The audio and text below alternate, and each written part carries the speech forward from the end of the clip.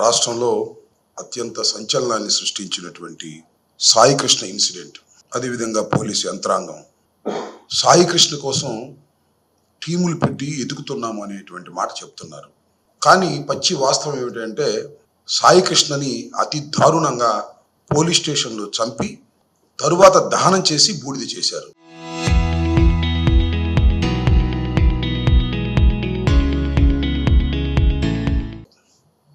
ఇది వాస్తవం.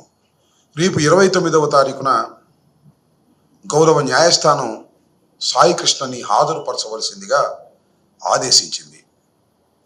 ఈ లోపల జరుగుతున్నటువంటి పరిణామాలు చూస్తుంటే కొంత బాధ కలుగుతూ ఉంది.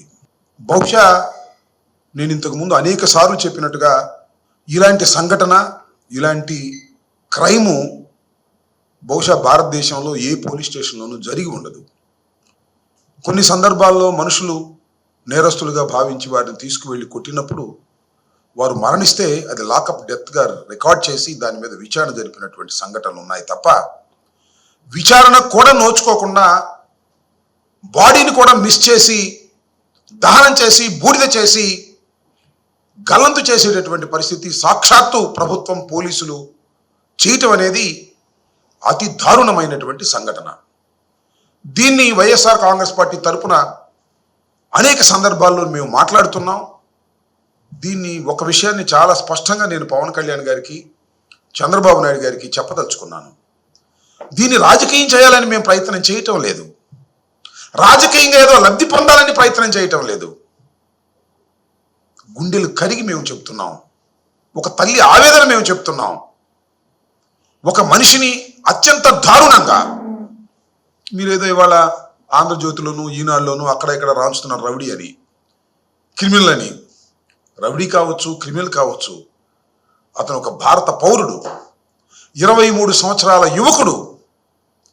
అతన్ని పోలీస్ స్టేషన్కి పట్టుకొచ్చి విచారణ పేరుతో చిత్రహింసలకు గురిచేసి చంపేసి సాక్ష్యాధారం లేకోకుండా ఈ పోలీసు యంత్రాంగం చేసింది. దీనికి నిన్న చంద్రబాబు నాయుడు గారు, పవన్ కళ్యాణ్ గారు చాలా సీరియస్గా తీసుకున్నారట. సాయి కృష్ణ సంఘటన మీద ముఖ్యమంత్రి సీరియస్ అని పత్రికల్లో రాంచుతారు. సీరియస్ అయ్యి ఏం చేశారో చూసారా? ఒక సీనియర్ ఐపీఎస్ ఆఫీసర్ చేత విచారణ జరిపిస్తారట. నేను చెప్తున్నా ఇవాళ, దయచేసి రాష్ట్ర ప్రజానీకం గుర్తుపెట్టుకోండి, మేధావులు గుర్తుపెట్టుకోండి, రిటైర్డ్ పోలీస్ ఎవరైనా ఉంటే వారు కూడా గుర్తుపెట్టుకోండి. జరిగిన విషయాలు మీ అందరికి కూడా తెలుస్తాయి. రేపు 29వ తారీఖున కోర్టులో హాజరుపరచాలి కదా హెబియస్ కార్పస్ పిటిషన్లో. 15వ తారీఖున ఏం చెప్పారో అదే చెప్తారు. మేము టీమ్స్ విస్తృతంగా తిరుగుతున్నాయి, గాలిస్తున్నాయి, త్వరలో పట్టుకుంటాం, మళ్ళా 29 నుంచి మళ్ళీ ఇంకొక 2 వారాలు టైం ఇవ్వండి అని అడుగుతారు. అంతకన్నా దేర్ ఇస్ నో ఆప్షన్. రెండే 2 ఆప్షన్స్ ఉన్నాయి వాళ్ళకి. ఒకటి ఏంటంటే బతికుంటే తీసుకురావడం. బతికి లేడు, అది ప్రపంచానికి తెలుసు, పోలీసులకు తెలుసు, మీకు తెలుసు, నాకు తెలుసు. కోర్టు వారి ముందు మాత్రం ఒక తెరగట్టి ఎతుకుతున్నాం అనేటువంటి పద్ధతుల్లో మాట్లాడతారు. టైం గెయిన్ చేసే కార్యక్రమం చేస్తారు. ఇవాళ సీనియర్ ఐపీఎస్ ఆఫీసర్ చేత చంద్రబాబు నాయుడు గారు ఎంక్వైరీ చేస్తారంటున్నారు కదా, ఆ రిపోర్ట్ కూడా ఎలా ఉంటుందో నేను చెప్తాను, రాసుకోండి. వాళ్ళ సీనియర్ ఐపీఎస్ అధికారి తీవ్రంగా విచారణ చేశాడు. పలువురు వ్యక్తులను విచారించిన తర్వాత తేలిన సంఘటన ఏమిటంటే అతను చాలా నేరాల్లో ముద్దాయిగా ఉన్నాడు, కొంతమంది హత్యకు కూడా పాల్పడ్డాడు, గ్యాంగ్ వార్లు జరుగుతున్నాయి, ఏ గ్యాంగ్ వార్లో ఏమైపోయాడో ఇంతవరకు తెలియట్లేదు, ఇంకా ఎదుగుతున్నాం అని ఖచ్చితంగా పోలీస్ వ్యవస్థను కాపాడేటటువంటి పద్ధతుల్లో ఆ ఐపీఎస్ అధికారి ఇవ్వబోతున్నాడు అనేది కూడా నేను ఇవాళ చెప్తాను. ఈ 2 జరుగుతాయి చూడండి. మొదటిది 29వ తారీఖే జరుగుద్ది, నిదానంగా అది కూడా జరుగుతుంది. ఎందుకు ఇదంతా చెబుతున్నానంటే రాష్ట్ర ప్రజానీకం గుర్తుపెట్టుకోవాలి. ఈ సంఘటన జరిగింది ఎక్కడో మారుమూల ప్రదేశంలో కాదు, ఎక్కడో పల్లెటూరులో చిన్న పోలీస్ స్టేషన్లో కాదు, విజయవాడలో రాజధాని నడిబొడ్డులో కృష్ణలంక పోలీస్ స్టేషన్లో. ఎంత దూరం ఉంటుందండి కమిషనరేట్కి, డీజీపీ ఆఫీస్కి, ముఖ్యమంత్రి గారి నివాసానికి, ఉప ముఖ్యమంత్రి గారి నివాసానికి, మాజీ ముఖ్యమంత్రి గారి నివాసానికి ఎంత దూరం ఉంటుంది? ఎంత ఇంటెలిజెన్స్ ఉంటుంది? ఎంత పోలీస్ యంత్రాంగం ఉంటుంది? అలాంటి చోట నేరం జరిగితే ఇంతవరకు చాచవేత ధోరణి ఒప్పుకోలేవండి. పోలీసులు చంపేశారు, దహనం చేశారు అనేది. నేను ఇక్కడ ఇంకొక విషయాన్ని కూడా చాలా స్పష్టంగా చెప్తున్నాను. నాకు చాలా సమాచారం ఉంది. ఆ సమాచారం సీనియర్ ఐపీఎస్ ఆఫీసర్ విచారిస్తే ఆ సమాచారం అంతా కాలగర్భంలో కలిసిపోద్ది, భూస్థాపితం చేసేస్తారు. సాయి కృష్ణ చనిపోయిన తర్వాత అందరు అఫీషియల్స్కి కూడా ఇన్ఫర్మేషన్ ఇవ్వడం జరిగింది. సిఐ నాగరాజు అండ్ టీం వాళ్ళ పర్యవేక్షణలోనే కమిషనర్ రాజశేఖర్ బాబు, డీజీపీ హరీష్ కుమార్ గుప్తా, హోంమంత్రి వారి కనుసన్నలలోనే రెండవ నేరం జరిగింది. మొదటి నేరం మర్డర్, రెండవ నేరం ఆ మర్డర్కున్న సాక్ష్యాధారాలను తుడిచివేయటం. అంటే ఆ డెడ్ బాడీని తీసుకువెళ్ళి ఖననం చేసి బూడిద చేసి ఉన్నాడా లేడా సాక్ష్యమే లేదు. ఇప్పుడు చచ్చిపోయింటే ఎవరు నమ్మటానికి వీల్లేదు, ఉన్నాడంటే నమ్మడానికి వీల్లేదు. సందిగ్ధంలో పెట్టేదానికి సాక్ష్యాధారాలను తొలగించే కార్యక్రమంలో మొత్తం టోటల్ పోలీస్ యంత్రాంగం, హోం మంత్రి దగ్గర నుంచి హరీష్ కుమార్ గుప్తా, రాజశేఖర్ బాబు ఇంకా పోలీసులు చాలా మంది ఆయనకి సహకరించారు తీసుకువెళ్ళి దహనం చేసే కార్యక్రమంలో. మరొక మాట కూడా చెప్తాను, చనిపోయిన తరువాత 2-3 రోజులు ఆ శవం అక్కడే ఉంది. హాస్పిటల్కి తిప్పారు, ప్రైవేట్ ఆసుపత్రికి, మార్చురికి తిప్పారు, తర్వాత బాత్రూంలో పడేసి అతి హీనంగా చూశారు. ఏం చేయాలో అర్థం కాక అందరూ గూడుపుటాని అయ్యి మొత్తం పోలీస్ యంత్రాంగం అంతా హరీష్ కుమార్ గుప్తా దగ్గర నుంచి హోంమంత్రి దాకా అందరూ కుమ్మక్కైపోయి దీన్ని ఏం చేయాలని చివరికి దహనం చేయాలని నిర్ణయించుకున్న తర్వాత చేశారు. ఇంత పెద్ద నేరమే సమాజంలో ఎక్కడా జరగదే. సమాజంలో గ్యాంగ్ వార్లో కూడా జరగదు. సినిమాల్లో చూస్తామే పెద్ద పెద్ద బాసులు, వాళ్ళు కూడా చేయరు. ఇక్కడ చేసింది పోలీస్ బాస్, ఇక్కడ చేసింది కమిషనర్, ఇక్కడ చేసింది ఒక సిఐ, ఇక్కడ చేసింది కాకి బట్టలు వేసుకొని రక్షించిన వాడే భక్షించే కార్యక్రమం చేస్తున్నారు. అదేమంటే మీకేం సంబంధం అంటున్నారు కొంతమంది. అంటే రక్షక భటులే భక్షక భటులై చేస్తుంటే ప్రేక్షక పాత్ర వహించి వీక్షిస్తూ ఉండాలా మేమని అడుగుతా ఉన్నా. గుండె కరిగి మాట్లాడుతున్నాము తప్ప వారి మీద కక్షతో మాట్లాడటం లేదు.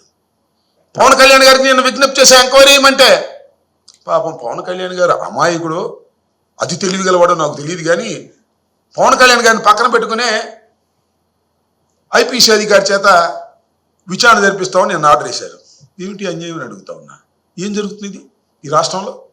చివరికి ఏ విధంగా అయితే సాయి కృష్ణని బూడిద చేసి సాక్ష్యాధారాలు లేకుండా చేశారో ఈ ఎంక్వైరీని కూడా అధపాతాళంలో పాతి వేయటం కోసమే ఐపీఎస్ అధికారిని విచారణకు వేశారు. ఏమని నాకు తెలియకూడదు. ఒక లాకప్ డెత్లో మనిషి చనిపోతే ఆ తర్వాత మాయం చేస్తే ఒక సీనియర్ ఐపీఎస్ ఆఫీసర్ చేత విచారణ జరిపేసి గోతిని పూర్తి చేద్దామని అనుకోవటం చంద్రబాబు నాయుడు గారి ధర్మమేనా?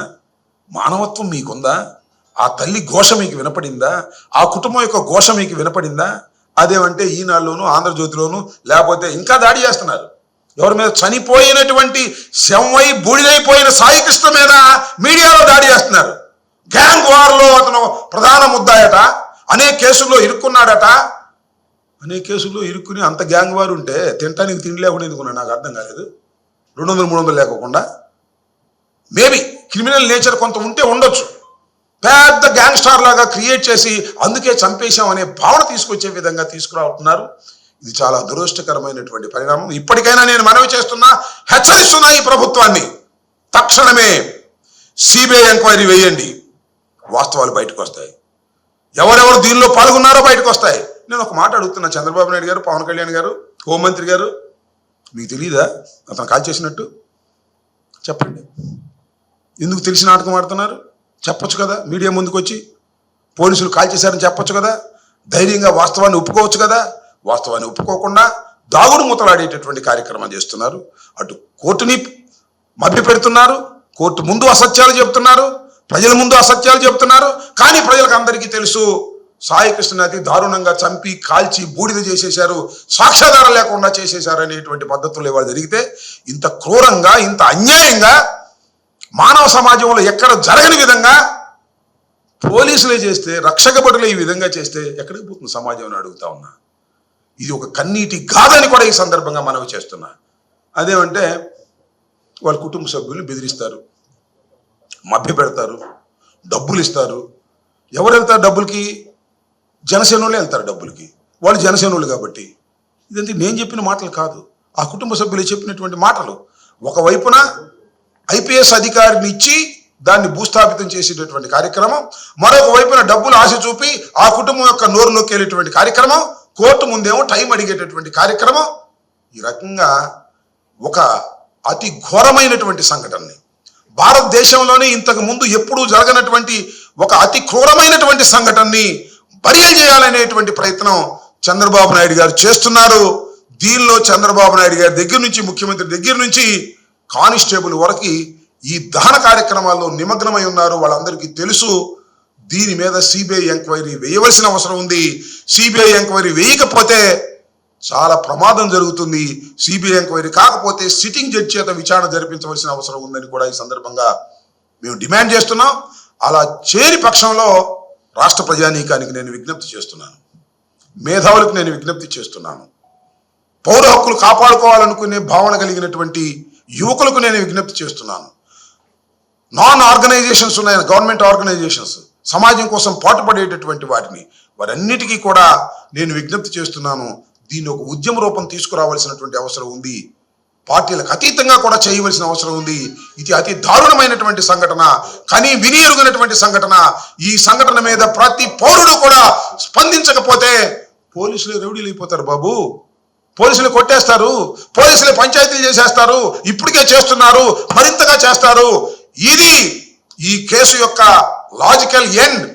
పోలీసులు శిక్షించబడేంత వరకు పోరాడవలసినటువంటి బాధ్యత ఈ సమాజం మీద ఉంది, భారత పౌరుల మీద ఉంది. It is very sensational case. National wide గా ఇది చర్చించుకుంటున్నారు. దీని మీద తక్షణమే సిబిఐ ఎంక్వైరీ వేయవలసిందిగా వైఎస్ఆర్ కాంగ్రెస్ పార్టీ తరఫున డిమాండ్ చేస్తున్నాం. అలా చేయకపోతే అతి దారుణమైనటువంటి పరిస్థితి రాష్ట్రంలో ఏర్పడుతుందని కూడా ఈ సందర్భంగా చెప్పదలుచుకున్నాను. దీనికి రాష్ట్ర ప్రజానీకం అందరూ కూడా దీని గురించి ఆలోచన చేయవలసిందిగా నేను కోరుతున్నాను. ఓకే, మీరు ఏదైనా ప్రశ్నలు ఉంటే ఈ సిబిఐ ఎంక్వైరీ గురించి, సాయి కృష్ణ గురించి దీని మీద అడగండి, నేను చెప్తాను.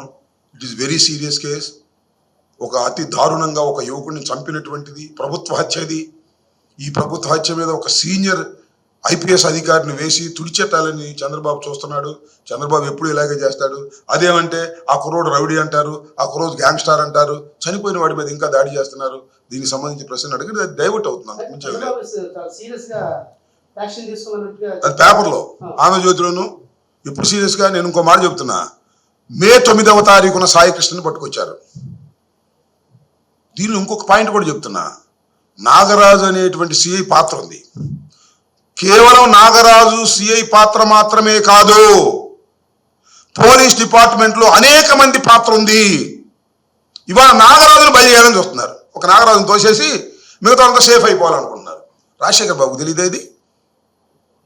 కమిషనర్ రాజశేఖర్ బాబు కమిషనర్లో జరగలేదా? రాజశేఖర్ బాబు తెలియకుండా జరుగుతున్నా? పోలీస్ డిపార్ట్మెంట్లో నాకు తెలియదా ఏం జరిగిద్దో? పోలీస్ డిపార్ట్మెంట్లో పై అధికారికి తెలియకుండా ఏది జరగదు. CI, DSP, SP, DGP, IG వీళ్ళందరికీ తెలిసే జరిగింది. ఏ జరిగినా కూడా ఒక నేరం జరిగితే ఎప్పుడు చర్చించుకుంటారు హాట్ లైన్లో. కేవలం నాగరాజు అనేటువంటి సిఐని మాత్రమే బలి చేసి ఇంత పెద్ద కేసులో తూతు మంత్రం చేయాలనేటువంటి ప్రయత్నమే హరీష్ కుమార్ గుప్తా, అదేవిధంగా రాజశేఖర్ బాబు చేస్తున్నారు. దానికోసమే సిఐడి ఒక సీనియర్ ఐపీఎస్ ఆఫీసర్ అయితే వీళ్ళు ఎప్పుడు వింటారు రాసేస్తాడు. చెప్పే కదా రాసేసిన తర్వాత ఏం లేదండి, అతను పెద్ద రౌడీ, పెద్ద గ్యాంగ్స్టారు, వాళ్ళు కొట్టుకుని ఎక్కడ చచ్చిపోయి ఉంటారు, అందువల్ల ట్రేస్ చేయలేకపోతున్నాం, మళ్ళా 1 సంవత్సరం ఇస్తే మేము ట్రేస్ చేస్తాం అని క్లోజ్ చేసి పారేస్తారు. ఈ నాగరాజుకు మళ్ళీ పోస్ట్ ఇస్తారు. ఇంతే జరిగేది. శుభ్రంగా రాజశేఖర్ బాబు సేఫ్ అవుతాడు, హరీష్ కుమార్ గుప్తా సేఫ్ అవుతాడు, ఈ శవాన్ని తీసుకెళ్ళినటువంటి కానిస్టేబుల్స్ సేఫ్ అవుతారు, జీపులో వెళ్ళిన డిఎస్పీ సేఫ్ అవుతాడు, ఇంకా అడిషనల్ ఎస్పీలు వీళ్ళందరూ సేఫ్ అవుతారు. ఒక్క రాజశేఖర్ బాబుని ఒక్క నాగరాజును బలి చేసేసి మొత్తం సేఫ్ అవ్వాలనేటువంటి పెద్ద కుట్ర జరుగుతూ ఉంది. శవాన్ని తగలేసే దానిలో కుట్ర, ఆ తర్వాత దాన్ని మాఫీ చేసేందుకు కుట్ర జరుగుతూ ఉంది. దీన్ని కేవలం ఒక సిబిఐ విచారణ తప్ప రెండోది బయటకు తీసుకురాలేదు. చంద్రబాబు నాయుడు గారు దీన్ని కప్పిపెట్టడానికి ప్రయత్నం చేస్తున్నాడు. ఇది వాస్తవం. ఇంకో చిత్రమైన విషయం ఏంటంటే, చంద్రబాబు నాయుడు గారు మోడస్ ఆపరండి ఎలా ఉంటుందంటే, ఈయన వీఆర్కి పంపారు. చంద్రబాబు నాయుడు గారు సింగపూర్ నుంచి సీరియస్ అయ్యి వీఆర్కి పంపడం ఏంటి, సస్పెండ్ చేసాడు అన్నాడంట. ఇది డ్రామా. సస్పెండ్ చేస్తే అయిపోద్దా? ఎంతమంది సస్పెండ్ చేయాలి? ముందు కమిషన్ సస్పెండ్ చేయాలి. రాజశేఖర్ బాబుని ఎంతమంది సస్పెండ్ చేయాలి ఈ కేసులో? ఏంటిది? ఒక్క నాగరాజు అనేవాడిని బలి చేసేసి అందరూ సేఫ్ అయిపోదాం అనుకుంటున్నారు. పప్పులు ఉడకవు చెప్తున్నా. న్యాయస్థానాలు ఉన్నాయి. మీరు రాజీలు గీజీలు పడ్డా కూడా ఎట్టి పరిస్థితుల్లోనూ సమాజం అంగీకరించదు. దీని లాజికల్ ఎందుకు తీసుకువెళ్లేంత వరకు సమాజం నుంచి పోరాడతారు. వైఎస్ఆర్ కాంగ్రెస్ పార్టీ ఈ కేసుని బయటికి తీసుకొస్తుంది. ఎంత దూరమైనా వెళ్తుంది. జగన్మోహన్ రెడ్డి గారితో కూడా మేము మాట్లాడాం. ఆయన కూడా దీనిలో చాలా సీరియస్ గా ఉన్నాడు. ఒక పౌరుణ్ణి చంపేయడం ఏంటి? చంపేసి గుట్టగాల్చి ముఖాన్ని వేసేటటువంటి కార్యక్రమాలు చేస్తున్నారు. ఇది చాలా అన్యాయం. ఇప్పటికైనా సిబిఐ ఎంక్వైరీని నేను 2 చెప్పాను కదా, 2 గుర్తుపెట్టుకోండి. రేపు కోరుకున్నారు. ఆ కుటుంబానికి దిక్కు లేకపోతే ఇంకేముంటుంది చెప్పండి, నాకు అర్థం కాలేదు. దానికేమో చంద్రబాబు నాయుడు గారు పక్కన పవన్ కళ్యాణ్ గారు కూర్చుని డూడు బసవంలాగా తలకాయ ఊపుతున్నాడు. సిబిఐ ఎంక్వైరీ ఏమైనా అడగొద్దండి, నాకు అర్థం కాలేదు.